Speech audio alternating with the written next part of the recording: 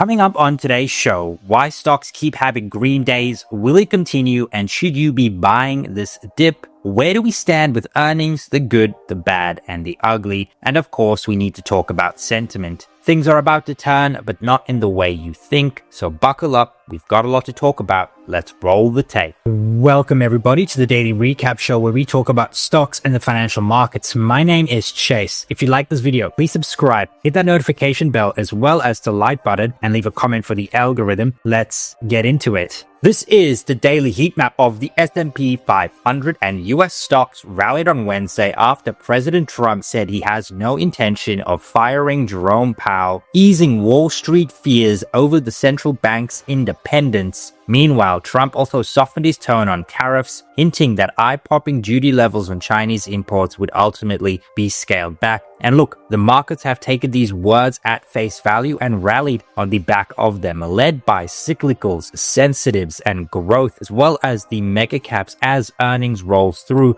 Google, Meta was up 4% and 2% respectively. All comm services did very, very well. Industrials were very, very green. We saw Amazon, Tesla as well, on the back of Tesla's earnings, lead the discretionary space, which was actually pretty bullish as well. Microsoft and Apple, very, very green as well, both up about 2%. Infrastructure playing a part as well. And then we had semiconductors, hardware, software, Nvidia, ABGO, QCOM, AMD, Texas Instruments, right? These were all very, very positive here today, and they led the market higher. But we also saw participation in financials, some parts of healthcare, and we saw kind of selling in the defensive sectors. Look at discretionary, look at stuff like energy, look at stuff like utilities. All in all, it was a very positive day. Again, led by sensitives, led by technology, led by the discretionary space. And then we saw stuff like staples sell off, gold sell off. And again, it's just that rotation into risk on assets, risk sensitive assets. The S&P 500 gaining 1.55% today. We saw growth outperform the majority of the market, large cap growth outperforming every other factor segment, but we saw mid caps and small cap growth participate as well. Large cap core also put up a fantastic day, and generally speaking, it was a day for growth versus a day for value. And that's the type of momentum you want to see at market lows. You want to see growth and you want to see large size leading all of the other factor and size segments. And geographically, it was a bull run everywhere today. Europe was green, Asia was green, Southeast Asia was green, Australasia was green, South America was green, North America was green. Just an all-round bullish day. Even South Africa here saw a pretty positive day. And again, this just all stemmed from Trump's comments. Now, Trump came out and he said China tariffs will come down. They won't be as high as 145%, but they also won't be zero. He won't play hardball with China. Scott Bessent also eased the market yesterday and said that we are likely to de-escalate tariffs. And then we got this report just a couple of minutes ago as I was recording from the Financial Times. Trump to exempt steel and aluminium from tariffs. Also, he's going to exempt certain car makers, and he's going live in 30 minutes. So we're going to take a look at this press conference on the FinFluential media channel. So go ahead and subscribe and follow me on my second channel, and we're going to break down the entire Trump press conference because it very likely pertains to tariffs. So all in all, the market is seeing a little bit of a move in the after hours on the back of this news, and we'll see what Trump says at this press conference. But there was also some very positive developments here with the economic data. Number one, new home sales. We saw growth of 7.4% month over month versus the forecast of 0.2%. That is absolutely huge. And new home sales year over year came in at 724,000 versus the consensus estimate of 680,000. Strong housing data. We also saw the PMIs came in significantly better. Now, we did miss here on the services side, but we did beat on the manufacturing side. And when you look at the composite, which is just these two together, it's the aggregate. The actual number came in at 51.2. The forecast was for 51. And that means manufacturing as a whole, the PMIs were pretty strong, relatively speaking. Also, you do have to understand that both of these, right, are above the 50% mark. That means a month over month expansion, the previous number. And we were actually looking for a contraction here below the 50 mark in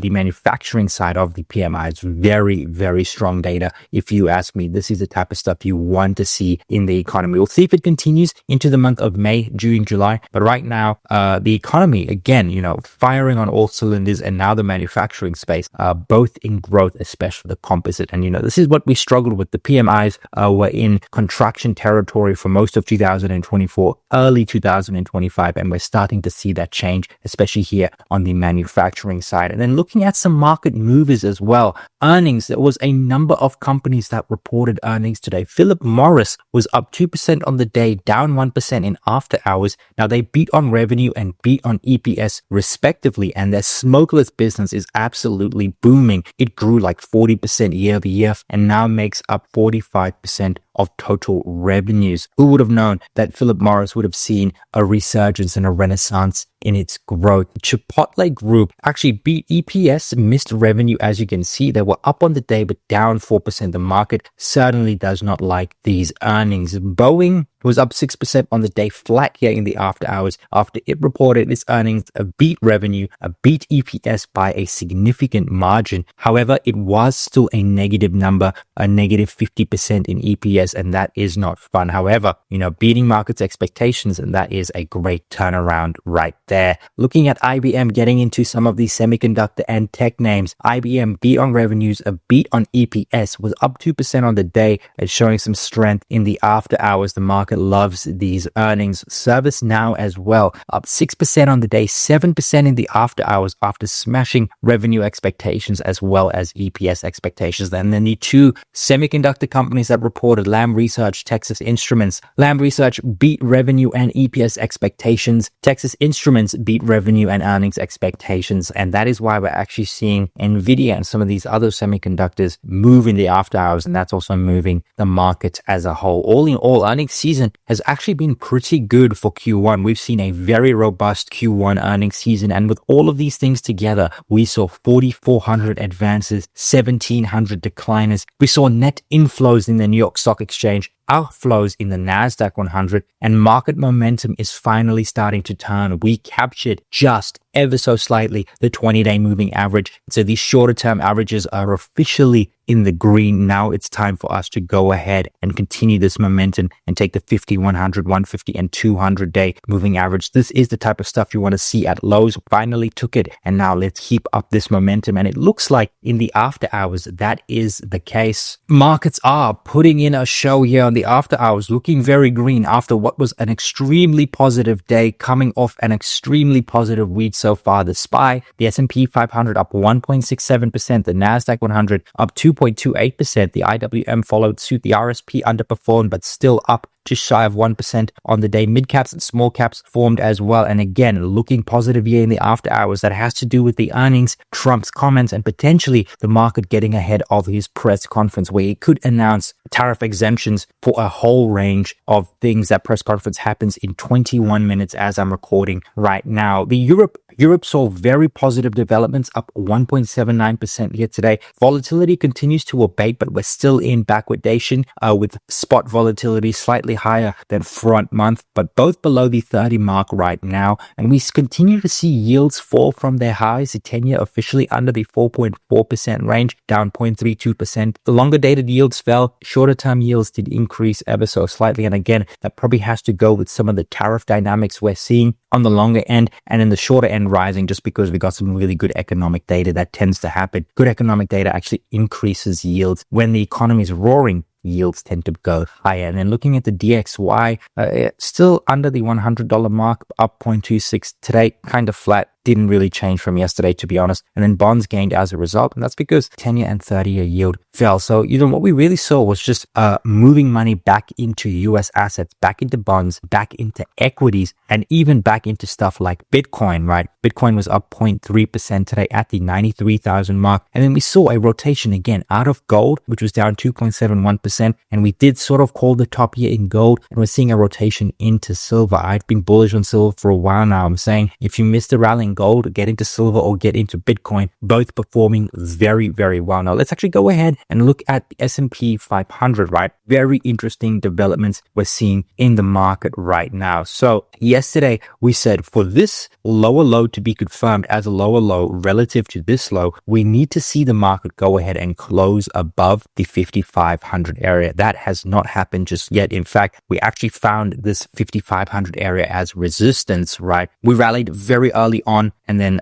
saw a sell down, but we were still positive on the day because we did gap up significantly. Let's actually go ahead and look at the 1-day chart. You can see coming into the start of the day, we were looking very, very positive, but then the market paired a lot of those gains and we sold off again. Still positive on the day. We made a low right here. We couldn't retake the highs. So we did actually put in a lower high intraday, but we also then did go ahead and put in an equal low. There was something for the bulls, something for the bears, but ultimately the bulls won the day fair and square. What we really want to see right now, and we're seeing that in the extended hours, is we want one more push, maybe a gap up and go before the weekend, and we want a close above the 5,500 area. If we can get that, this will probably confirm this as a higher low, and then we can start targeting some of these other areas and maybe even have a consolidation in this period right here. But if we don't go ahead and break this level, then we still are technically in a daily downtrend, which would mean this would actually be a higher low relative to some of these highs right here, and that is not constructive. Very similar situation in the Nasdaq 100. We want to close above the 19,315 level, and then for the RTY, we actually did go ahead and close above these levels right here, and so we can go ahead and target some of these upper levels. However, we saw a lot of selling at the top here, and I want probably a more firmer close above the 19,021 level before anything else. So yes, we did get price discovery above. We couldn't close above, and that's telling you something. So what I want to see tomorrow is a close above the 1,920 level. We get that, Bob's your uncle, and we can probably make higher highs in the RTY. The RTY looking rather constructive. Let's just have a look and see where we are for Bitcoin right now. And you guys know exactly what we do. The FinFluential Global M2 Money Supply Indicator overlaid on Bitcoin's price. You can see this is M2 right here. The yellow is M2.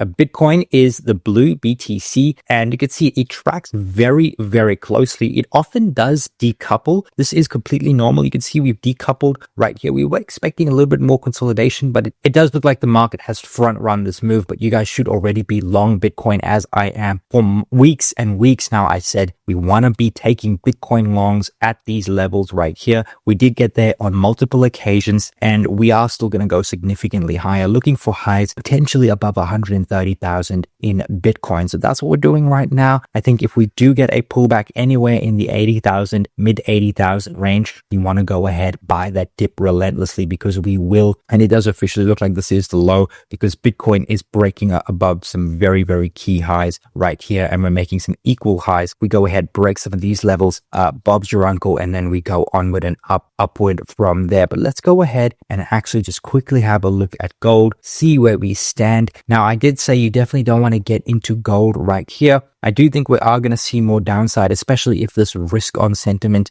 continues in the S&P 500, in stocks, in stuff like Bitcoin, and we should see gold pull back. But I think we're just seeing a rotation out of the capital in gold into stocks, into equities, into bonds, into silver. And I think that trade is going to continue. That being said, I remain constructively bullish on gold as long as there is this uncertainty in the air. Until we get a trade deal with China, with the EU, with India formalized, expect gold to remain resilient in light of everything we're seeing right now. That being said, it did look very, very extended at the top here, and we are seeing follow through to the downside. I could potentially see us going as low as 3,150. If you are a gold bull, this could potentially be your first level of support. It's the zone where we made resistance right here. We do know that resistance turns into support. Now, guys, if you think you have missed this rally, you definitely have not. Meta Platforms, if we look at Meta and we just take a measured move from the highs right there to where we actually closed on the day, Meta is still 29% off its highs. A great stock. This is where you kind of want to enter when you see a little bit of strength coming at the lows. Another stock that I do like, I would probably size this position a little bit lower than what you expect, is Nvidia. Nvidia is about 30% off its highs as well. EVVTY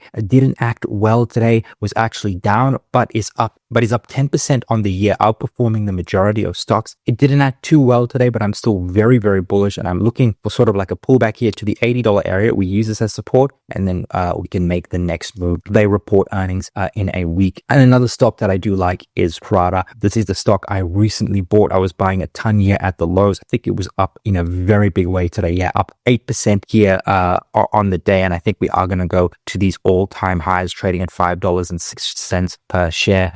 We should hit the $10 mark by the end of the year, and I think this is a great name. So if you're looking for places to put your money into today, these are the stocks. In terms of indices, I like the S&P 500, I like the Nasdaq, I like the RSP, and I like the SP 600. Things look largely constructive. All we need to do now is go ahead, retake some of these highs right here, have a close above. If we do that, we can continue higher. If we don't, it does look like we probably will continue the daily downtrend and move lower. But we are in this limbo phase where we've put in a higher low, but we haven't broken above these highs. Until we do that, expect continued volatility in the market. And diving into sentiment, this is CNN's Fear and Greed Index. And guys, we are still in extreme fear. However, we are teetering, and that's because of the momentum we've seen in the market in the last couple of weeks. We put in a low in the S&P 500. It has been volatile since. However, we have not reached that low. Market breadth has expanded, and our fear is abating. And if we continue to see this positive momentum in both price and breadth, we will continue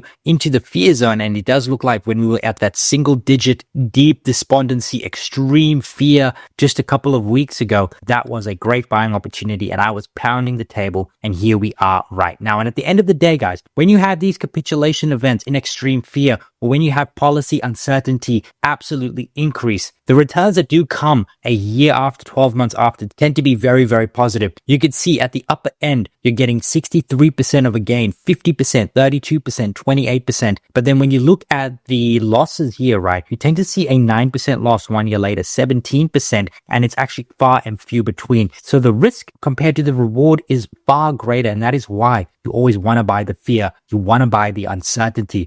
Because normally what comes is a very robust stock market, because the market normally brushes these things off. The Fed steps in, the government steps in, CEOs work around stuff like tariffs, and the market normally goes higher. Now let's actually talk about earnings so far this quarter. This is Q1 earnings season. This is what we're looking at right now. 8.1% earnings growth, 4.1% revenue growth. If you exclude energy, you're looking at very close to double-digit figures. Margins looking very robust, and we are tracking above estimates coming in to this earnings season. And if you look at the 24-hour reaction in the markets right now, there's been little reward for companies posting beats, and misses have been punished slightly more than usual, and that goes to the environment we're in right now. Nonetheless, always peel it back to the fundamentals, guys, and remember, you want to buy the fear, you want to buy the pullback, especially if your company beats and it is pulling back ever so slightly. And at the end of the day, there is still active buyers in this market. One of them is actually corporations. The 4-week average buybacks had slowed, yes, but corporations are still buying back stock. In fact, corporations are the biggest buyers of stock so far in the past week, followed by retail. In fact, the people who've been selling have been hedge funds and institutions, and it looks like they've been selling into the buying. And it does look like institutions are now actually the dumb money,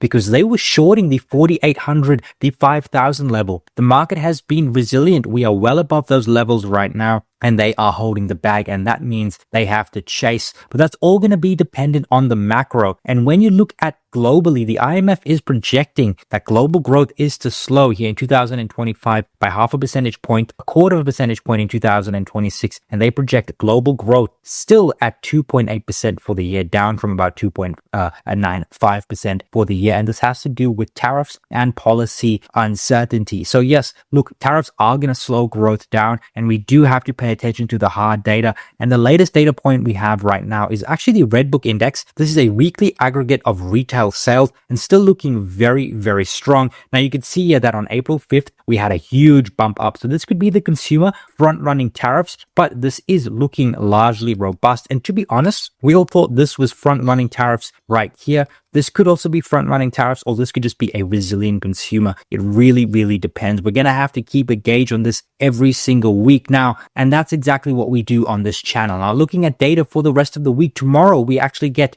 durable goods. That's going to be the big one. The forecast there is for 1.7. The consensus is for 2%. We also get the Fed National Activity Index, the durable goods ex transport as well. We also get initial jobless claims. The forecast there is for anywhere from 218 to 221,000, and then existing home sales. So a very, very big day to day tomorrow on Thursday, along with earnings. Before the open, we have American Airlines, FXC, that's a copper miner, Nokia, Southwest, Merck, Pepsi, Nasdaq, Valero, Union Pacific. A very, very big day here on Thursday, just before the open. After the close, we have Intel and Alphabet. These are the two big names that the market's going to be holding on to. But we also get T-Mobile, a BYD, Vail, Sketches. So a very, very big day of earnings. And then on Friday, we have a couple of names. But if you've made it up until here, thank you so much for watching. If you like this video, please subscribe, hit the notification bell, as well as the like button, leave a comment for the algorithm. Cheers.